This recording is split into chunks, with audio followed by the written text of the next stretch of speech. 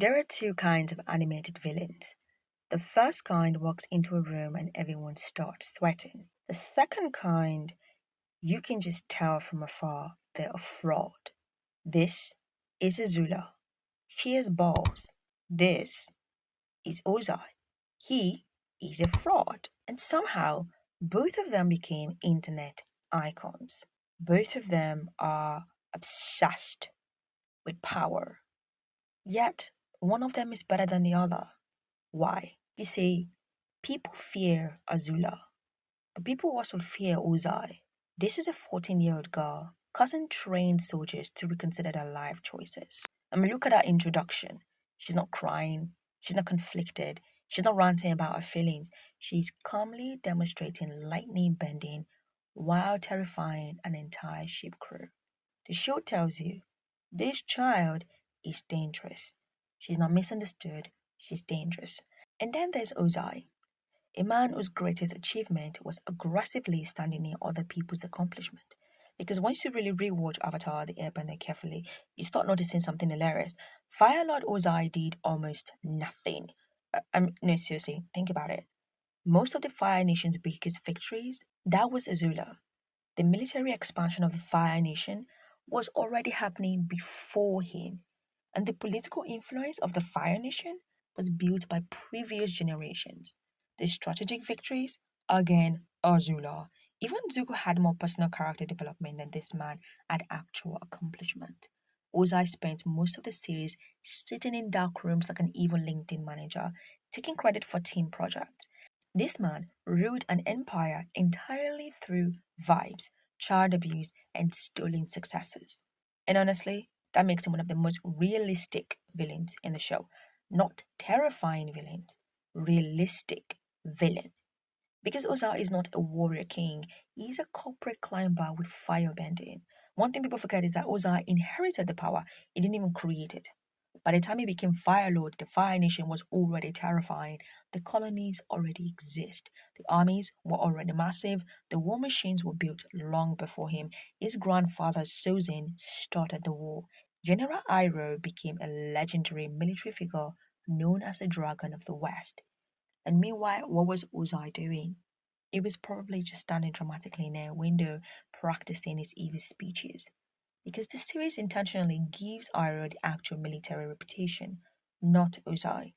Think about how often characters talk about Iroh's accomplishment, the siege of Ba Sensei, Dragon Taitu, the military genius, the field commander, but now compare that to Ozai. What stories exist about him before becoming Fire Lord? Almost none. Because Ozai didn't rise through merit. Oh no, no, no, no, this man was a sneaky link. And let's talk about the most shameless career move in the series, Ozai becoming Fire Lord, because this was just snake behavior. After Iroh's son, Luten, dies during the siege of Ba Sensei, Iroh is emotionally devastated. A normal brother would support him emotionally, but Ozai sees this as an opportunity. This man basically walks up to the Fire Lord, Azula, and says, "Hey, since Iroh lost his son, maybe I should inherit the throne instead." What?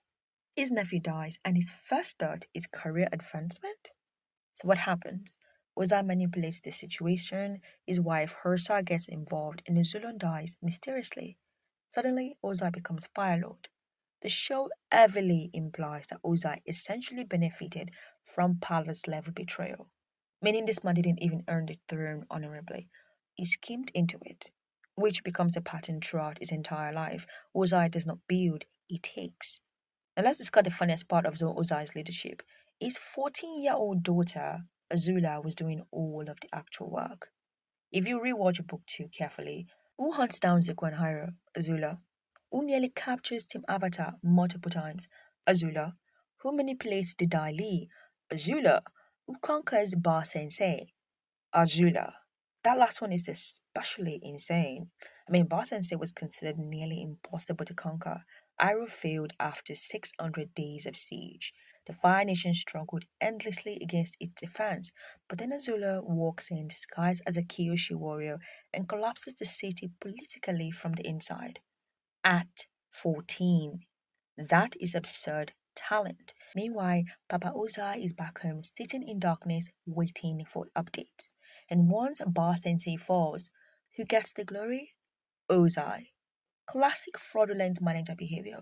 Azula delivers one of the biggest victories in Fire Nation history, and Ozai basically responds, excellent teamwork. And by teamwork, I mean me. No wonder Azula becomes mentally unstable. Imagine conquering entire cities before high school graduation, and your father still acts emotionally unavailable.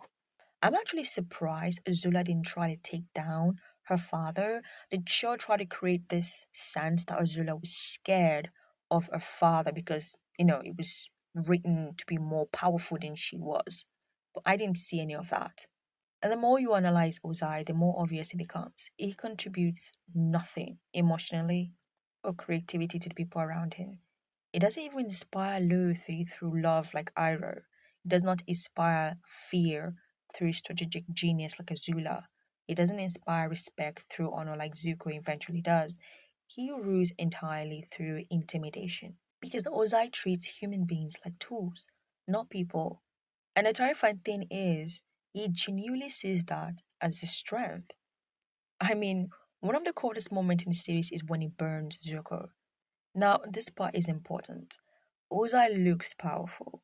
That deep voice, the firebending, the dramatic lightning, the giant throne room. But once you strip away all this presentation, this man is weirdly cowardly. Notice how rarely Ozai put himself at risk before Zozin's comment. He constantly sends Azula, he uses his soldiers constantly, he delegates violence constantly. Meanwhile, Azula takes even more risk than him. And unlike Ozai, Azula earns a reputation personally. She fights elite opponents directly, improvises under pressure, infiltrates dangerous territory. This girl is relentless.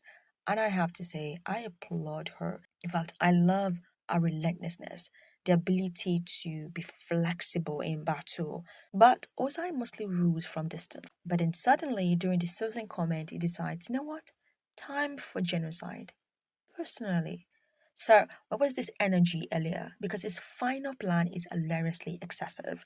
The war is already basically won. The Earth Kingdom is collapsing politically, but Ozai isn't satisfied. He wants total destruction. That was not a leadership, that was ego. And honestly, his Phoenix King title is peak fraud behavior. Nobody called you that. You invented a new title for yourself because regular king apparently wasn't dramatic enough. This man promoted himself. Now, because Ozai himself is weirdly empty, and I think that was intentional because Ozai represents power without humanity. He had pure domination, ego, control, but there's nothing underneath. That's why he feels so emotionally hollowed compared to characters like Azula. Ozai genuinely believes that he is correct, and that suddenly makes him dangerous, but also shallow. He never questions himself, he never involves, he never reflects, which ironically makes him weaker than the people around him. Meanwhile, Azula adapts constantly. Now, a violent narcissist sitting on inherited power pretending he built the empire himself. That is Ozai. That final battle matters because Ozai enters it believing power automatically equals superiority. And at first, honestly, it was terrifying. The comment enhanced Ozai, made him look like a natural disaster, and the animation goes insane. Entire mountain exploding, fire tearing across landscapes, pure destruction. But then something important happens. Aang refuses to become him. That's the key. Ozai expects violence because violence is the only language he understands. Aang defeats him without killing him, and suddenly Ozai loses the one thing he truly valued is power. And once that is gone, there is nothing left. Now, to be fair, Ozai works brilliantly for the story because not every villain needs complexity. Okay, we already have Azula for that. We don't need Ozai to also have complexity. That would be exhausting. Because I have to tell you, Azula, while pure genius, was exhausting. While relentless, oh my god, I just wanted her to smile. Because what is that look on her face? What is that? She was supporting that look the entire time. What makes Ozai fascinating was how unimpressive he becomes once you examine his actual accomplishment. You realize that this empire was carried by smarter people. Ozai simply sat at the top, benefiting from the labor. That makes him a fraud. All he did was sit and watch and took credit for his 14-year-old daughter who had the balls to go out there to make a name for herself, to put her mark in everywhere she went. I mean, Azula was, man, for a 14-year-old, that girl was relentless. Okay? She did the most. She went as far as she could. She pushed her body, her mind, and I loved her for it, which is why she had the balls and her father was a fraud. So, yeah.